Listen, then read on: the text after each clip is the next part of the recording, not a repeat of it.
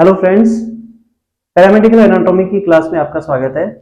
आज अपन digestive system का जो एलिमेंट्री कैनाल का जो टॉपिक चल रहा है उसमें नेक्स्ट टॉपिक लेके आए हैं। आज अपना टॉपिक है फेरिंग्स। फेरिंग्स एक ऐसा टॉपिक है जिसे अपन डाइजेस्टिव सिस्टम में भी पढ़ेंगे और रेस्पिरेटरी सिस्टम में भी पढ़ेंगे। फेरिंग्स एक कॉमन स्ट्रक्चर है डाइजेस्टिव और रेस्पिरेटरी सिस्टम का। फेरिंग्स एक ग्रीक वर्ड है जिसका मतलब होता है थ्रोट। देखिए, ये एक सामने डायग्राम है। हमने माउथ तक पढ़ लिया था कंप्लीट। माउथ से जस्ट आगे का जो पार्ट है वो आपका फेरिंग्स का आता है। तो देखिए, जो ये ऊपर का जो पोर्शन आपको दिख रहा है इसको बोलते हैं नेजल कैविटी। ये हमारा रेस्पिरेटरी सिस्टम का फर्स्ट जो पार्ट है वो यहां से शुरू होता है। ये है नीचे का पार्ट, बकल कैविटी या माउथ। ये हमारा डाइजेस्टिव सिस्टम का फर्स्ट पार्ट है।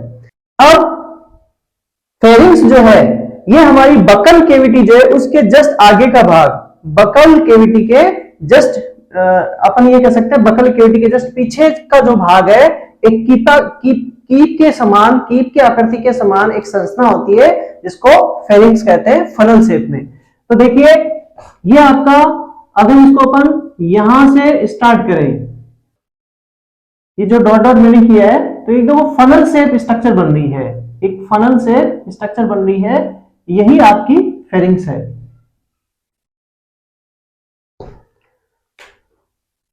दूसरा अपन बात करते हैं, इसकी जो लेंथ होती है वो लगभग 12.5 सेंटीमीटर इसकी लेंथ होती है फेरिंग्स की। अब देखिए, ये अपना स्कल है, ये ऊपर आपको दिख रहा है, ये स्कल है। स्कल का जो बेस है, स्कल का जो आधार है, जैसे ये अपना स्कल हो गया, ये इसका जो बेस यहाँ पे आता है, ये ओरल कैविटी, नेजल कैविटी, इसका जो बेस है, स्कल के बेस से यह संरचना जो है फेरिंग्स की स्टार्ट होती है और इसोफेगस के एंड तक, ये आपका इसोफेगस है, इसोफेगस के एंड तक, यानी यहां से इसोफेगस शुरुआत होती है, यहां से लगा के यहां तक का जो पार्ट है वो फेरिंग्स का हो गया। तो इसोफेगस के एंड तक ये इसका फैलाव रहता है। या अपन कहते हैं कि जो सर्वाइकल वर्टिब्रा होती है, जो अपना ये पीछे गर्दन है, इसमें 7th सर्वाइकल वर्टिब्रा होती है, तो 6th सर्वाइकल वर्टिब्रा तक इस फेरिंग्स का फैलाव रहता है। कहां से? स्कल के बेस से लगा के 6th सर्वाइकल वर्टिब्रा तक इसका फैलाव रहता है। उसके बाद में अपन बात करते हैं इसके मुख्य भाग कौन कौन से हैं। तो देखिए, यहां पे मैं लिख रहा हूं इसके मुख्य भाग। सबसे पहला तो हो गया नेजोफेरिंग्स,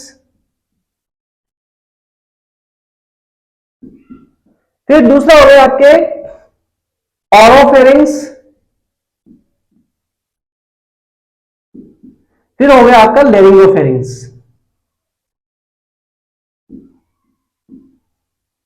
इन तीनों चीजों को अपने डायग्राम से क्लियर करना है। देखिए ना, इसके वर्ड से आप इसको समझो, नेजोफेरिंग्स यानी फेरिंग्स का वह पार्ट जो हमारे नेजो यानी नेजल से संबंधित होता है वो नेजोफेरिंग्स हो गया। ओरो यानी माउथ, यानी फेरिंग्स का वह पार्ट जो हमारे माउथ से रिलेटेड है। लेरिंगो यानी लेरिंग्स, जो हमारे ये रेस्पिरेटरी का पार्ट हो गया लेरिंग्स, जिसको अपन कंठ बोलते हैं।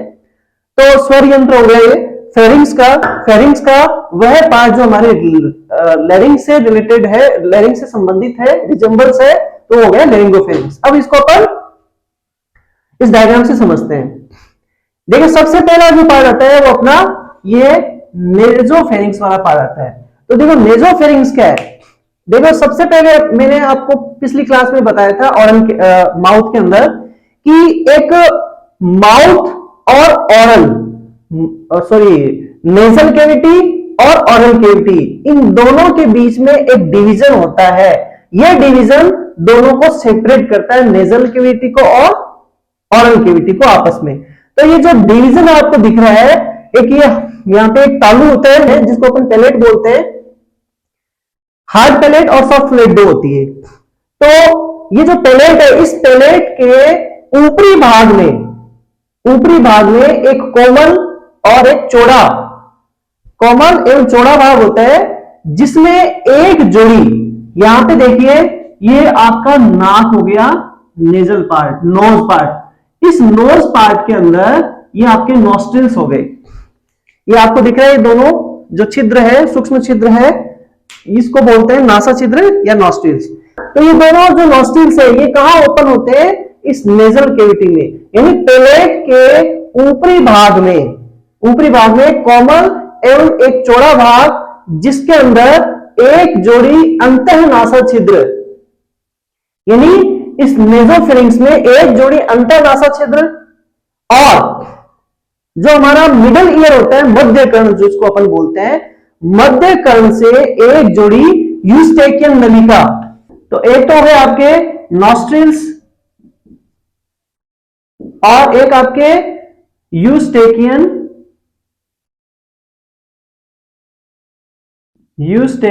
ट्यूब। ये दोनों कहां ओपन होते हैं? नेजोफेरिंक्स में होते हैं। दोबारा बता रहे हैं, नेजोफेरिंक्स के यानी अपना जो पहला टॉपिक है नेजोफेरिंक्स, पैलेट के ऊपरी भाग में एक कोमल और एक चौड़ा भाग होता है जिसमें एक जोड़ी अंतःनासा छिद्र तथा मध्य कर्ण से एक जोड़ी यूस्टेकियन नलिका कहां खुलती है? नेजोफेरिंक्स में खुलती है। तो मैं इसको देखो, यहां से ये एक स्ट्रक्चर है, ये पार्ट, ये जो वाला पार्ट आपको दिख रहा है, ये आपका नेजोफेरिंक्स का हो गया। ठीक है, इसको बोलते हैं नेजोफेरिंक्स। अब देखिए, ये एक हार्ड पैलेट, इस हार्ड पैलेट के जस्ट आगे यानी सॉफ्ट पैलेट, ये सॉफ्ट पैलेट का जो अंतिम छोर है, इस अंतिम छोर को बोलते हैं यूला। ये यूला क्या करता है? फूड पार्टिकल है उसको नेजल केविटी में जाने से रोकता है। अब यहां पे इंपॉर्टेंट चीज ये है कि जैसे कई बार अपन ईयर के अंदर कोई भी ईयर ड्रॉप डालते हैं तो उस टेस्ट का हमें माउथ में पता लगता है। इसका रीजन क्या है? इसका रीजन ये है कि जो ईयर से जो यूस्टेकियन नलिका है वो हमारे सीधे कांटेक्ट में कहां पे खुल रही है? नेजोफेरिंक्स में खुल रही है। ये इसी का कारण है। इसी कारण कान में ईयर ड्रॉप डालने पर टेस्ट का पता हमें माउथ में लग जाता है। अब देखो, बात ये आती है कि ये यूस्टेकियन ट्यूब क्या है? ये यूस्टेकियन ट्यूब एक नलिकाकार संरचना होती है, एक लंबी नली होती है जो क्या करती है, जो एयर प्रेशर होता है हमारे ईयर के अंदर, इनसाइड ईयर के अंदर जो एयर प्रेशर होता है उसको मेंटेन करता है या उसको इक्वलाइज करता है। जैसे बाहरी वातावरण का जो टेम्परेचर है, बाहरी एटमॉस्फेयर का जो टेम्परेचर है और मिडल ईयर का जो टेम्परेचर, उन दोनों को मेंटेन करता है प्रेशर को। अब फेरिंक्स का सेकंड जो पोर्शन है वो है ओरोफेरिंक्स। ओरोफेरिंक्स देखिए, ओरोफेरिंक्स इस स्ट्रक्चर के अंदर ये जो ऑरल कैविटी दिख रही है आपको, ये वाला जो पोर्शन है ये क्या है? Oral cavity. तो इसको मैं यहां पे नॉमिनेट कर रहा हूं ऑरल कैविटी, जिसे ऊपर नेजल कैविटी। ऑरल कैविटी के जस्ट पीछे की ओर, ऑरल कैविटी से जस्ट पीछे की ओर यानी मुख गुहा के पीछे का जो भाग हो गया वो आपका ओरोफेरिंक्स हो गया। तो इसको अपन यहां से यहां इतना मेंशन करते हैं, ये जो पार्ट हो गया, ये पार्ट हो गया आपका ओरोफेरिंक्स। तो मुख गुहा के पीछे पाया जाता है और कहां पे इसकी लोकेशन क्या है? इसकी लोकेशन है सॉफ्ट पैलेट और एपिग्लोटिस, इन दोनों के बीच। सॉफ्ट पैलेट और एपिग्लोटिस, इन दोनों के बीच इसकी लोकेशन होती है, किसकी? ओरोफेरिंक्स की।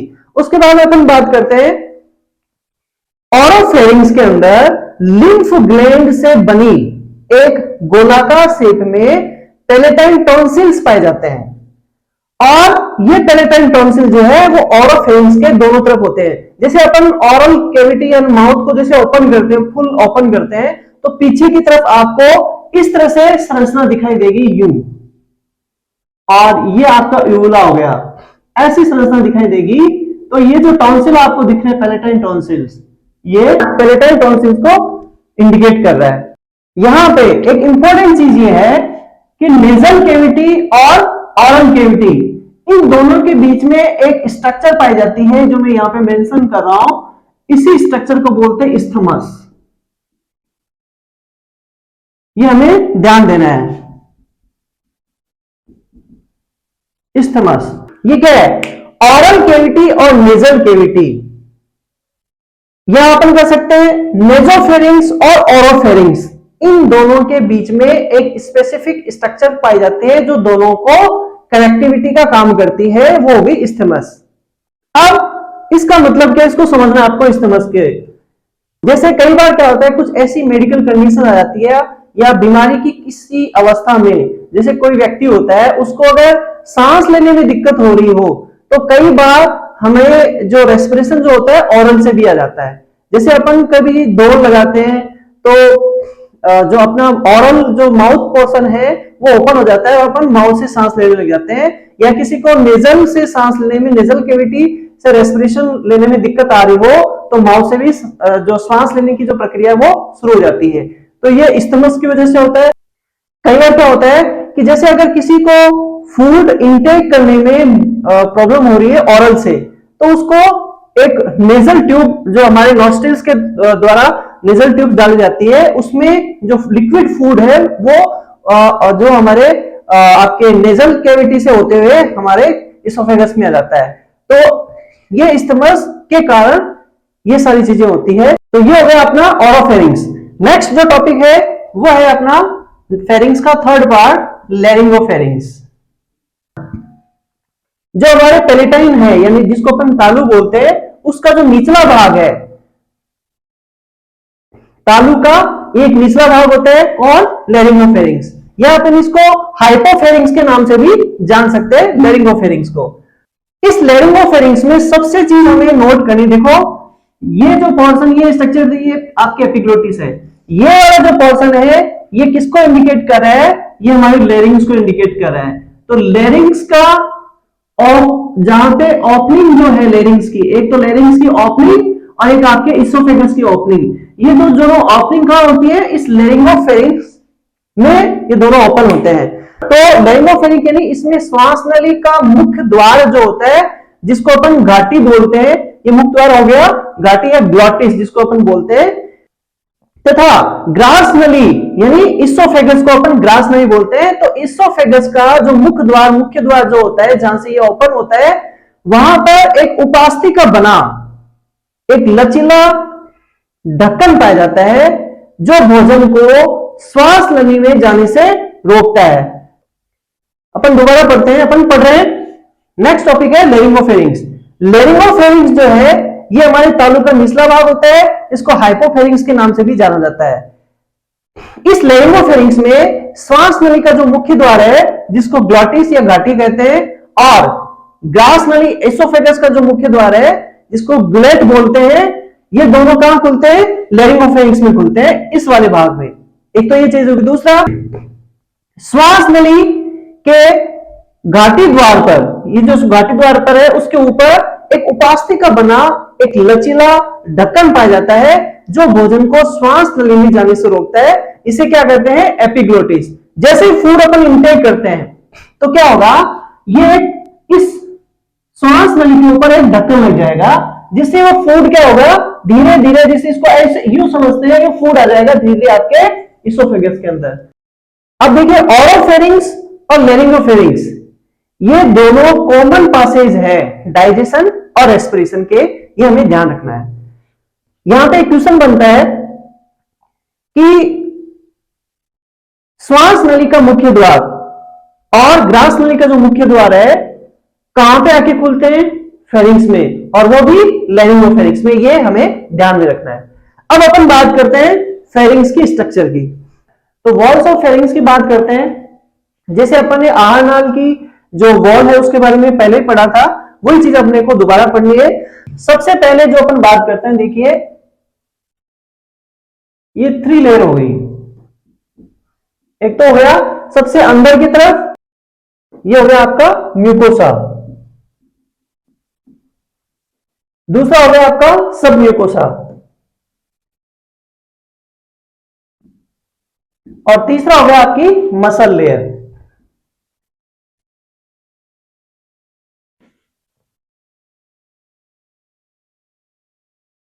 तो देखिए म्यूकोसा जो है ये क्या है, सबसे इनर लेयर होती है। म्यूकोसा सबसे इनर लेयर होती है, ये अपन यहां पे लिख सकते हैं, इनर लेयर। दूसरा, ये एक स्ट्रेटिफाइड स्क्वेमस एपिथेलियम सेल से मिलकर बनी होती है। स्ट्रेटिफाइड, ये अपन ने पिछले टॉपिक में भी पढ़ा था, stratified squamous epithelium. Epithelium cell से बनी। दूसरा अपन बात करते हैं सब म्यूकोसा। देखो सब म्यूकोसा जो है ये एक मिडल लेयर होती है। सब म्यूकोसा क्या है? एक मिडल लेयर है। इसके अंदर जैसे अपने पीछे की टॉपिक में पढ़ा था, दूसरी बात है ये कनेक्टिव टिश्यू से मिलकर बनी है। कनेक्टिव टिश्यू से मिलकर बनी होती है सब म्यूकोसा।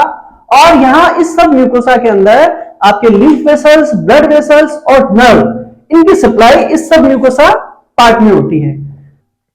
फिर आता है मसल्स लेयर। तो मसल्स लेयर जो होती है इसमें कुछ इन्वॉल्वेंट फेरिंग्स के मसल लेयर का जो पार्ट है उसके अंदर इनवॉलंटरी मसल्स पाई जाती है जो हमारी इच्छा के अधीन नहीं होती है, अनैच्छिक जिसको अपन बोलते हैं। तो वो इनवॉलंटरी जो मसल्स है वो कौन कौन सी होती है? सबसे पहली मसल्स की बात करते हैं वो है आपके सुपीरियर। एक तो हो गया आपके सुपीरियर, दूसरी जो है वो है आपकी मिडल और फिर है इंफीरियर। तीन तरह की है आपकी मसल्स है। ये मस्कुलर पार्ट है, ये क्या करता है?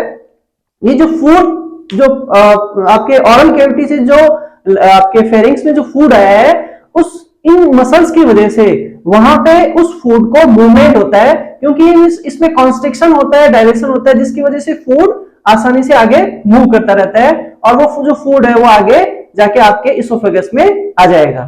तो ये मूवमेंट हो गया फूड का। इसके बाद में अपन ये भी कह सकते हैं कि इन मसल्स का जो रोल है मेन, वो फूड को निगलने में भी मदद करता है, जिससे फूड क्या होगा? इसोफेगस में आसानी से हो जाएगा। जो फूड पार्टिकल ऑरल कैविटी में तब तक रहता है तब तक हमें महसूस रहता है, जैसे ही ऑरल कैविटी से आगे फेरिंग्स में जाएगा वो इनवॉलंटरी एक्शन में आ जाएगा, हमें उस मूवमेंट का बिल्कुल भी पता नहीं चलेगा। तो ये आपके जो फेरिंग्स के अंदर ये तीन लेयर होंगी। अब आगे अपन बात करते हैं ब्लड सप्लाई। तो जो ब्लड सप्लाई है ये भी एक बहुत ही इंपॉर्टेंट है। हर ऑर्गन के अंदर ब्लड सप्लाई, नर्व सप्लाई, इससे भी क्वेश्चन बनते हैं। सबसे पहले अपन बात करते हैं ब्लड सप्लाई में आर्टरियल सप्लाई, जो ऑक्सीजनेटेड ब्लड को लेकर जाती है। आर्टरियल सप्लाई में कौन सी आर्टरी ऑक्सीजनेटेड ब्लड को कैरी करती है फेरिंग्स तक? तो ये हमें यहाँ पे ध्यान रखना है कि फेशियल जो आर्टरी होती है इसमें बहुत सारी इसकी ब्रांचेज होती है। तो एक होगी आपकी facial arteries, several branches of facial artery, ये होगी आर्टरियल सप्लाई। उसके बाद में अपन बात करते हैं वेनस ड्रेनेज।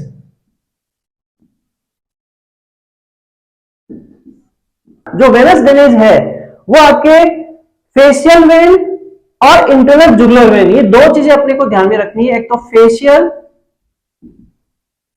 वेन और एक इंटरनल जुगुलर वेन, ये दोनों जो है इनका ड्रेनेज जो होता है, यानी जितने भी बॉडी के जितने भी पार्ट होते हैं वहां से डीऑक्सीजनेटेड ब्लड को वेन लेके आती है। तो फेरिंग्स से जो डीऑक्सीजनेटेड ब्लड है वो इसमें इकट्ठा होता है, उसको ड्रेन किया जाता है। तो ये हो गया आपका ब्लड सप्लाई। उसके बाद में अपन बात करते हैं नर्व सप्लाई की।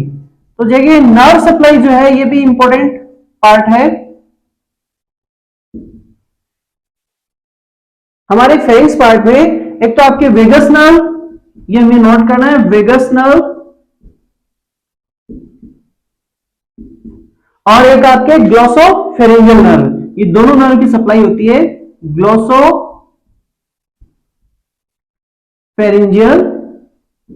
नर्व।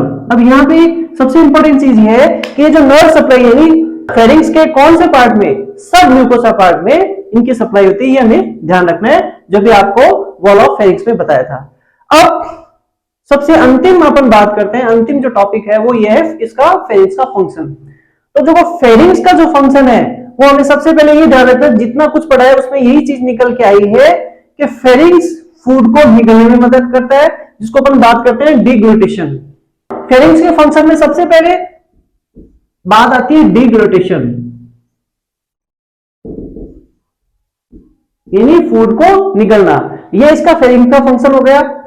एक आपके रेस्पिरेशन, ये देखो फेरिंग्स जो है एयर पासेज भी, फेरिंग्स एक ऐसा मार्ग है जहां से एयर होकर के आपके एयर जो है वो पास होकर कहां आएगी, आपके जो ट्रेकिया जो पोर्शन है श्वास नली के अंदर आएगी। तो एयर पासेज है ये। दूसरा, फेरिंग्स एक डाइजेशन में भी है। डाइजेशन में फूड पार्टिकल जो है वो इसी जो फेरिंग्स पार्ट से होते हुए आपके इसोफेगस में आएगा। तो तीसरा हो गया आपके, पहला हो गया डिग्लूटेशन, दूसरा हो गया आपकी रेस्पिरेशन, तीसरा हो गया डाइजेशन। एक चीज इसमें हो जाती है सिक्रेशन, यानी फेरिंग्स जो है, जो म्यूकोसा इसका जो पार्ट होता है वहां से म्यूकस सीक्रेट होता है। और वो म्यूकस क्या करता है, वो जो फेरिंग्स की इंटरनल जो पार्ट होता है उसको एक नमी प्रदान करता है, उसको लसलसा बनाता है। जैसे ही फूड पार्टिकल इसमें से होके आएगा तो उस फूड पार्टिकल के साथ में म्यूकस मिक्स होकर के उस फूड को एकदम चिकना और लसलसा बनाएगा, जिससे फूड वो आसानी से धीरे धीरे गति करते हुए इसोफेगस में आसानी से आ जाएगा। तो इस तरह से एक तो ये फंक्शन हो गया। तीसरा है नेक्स्ट फंक्शन, जैसे अपन बात करते हैं स्पीच, तो स्पीच में कहीं ना कहीं हमारे फेरिंग्स का भी रोल होता है। नेक्स्ट अपन बात करते हैं, ये एक ड्रेनेज प्रोवाइड करता है। किसको प्रोवाइड करता है, जैसे आपके एक हो गए आपके provide drainage to nose, aural and middle ear. तो provide drainage to aural cavity, nose and middle ear. तो ये एक इसका फंक्शन हो गया। तो आज अपन ने एलिमेंट्री कैनाल के फेरिंग्स का टॉपिक क्लियर किया है। नेक्स्ट क्लास में नेक्स्ट टॉपिक लेके आएंगे, तब तक के लिए थैंक यू।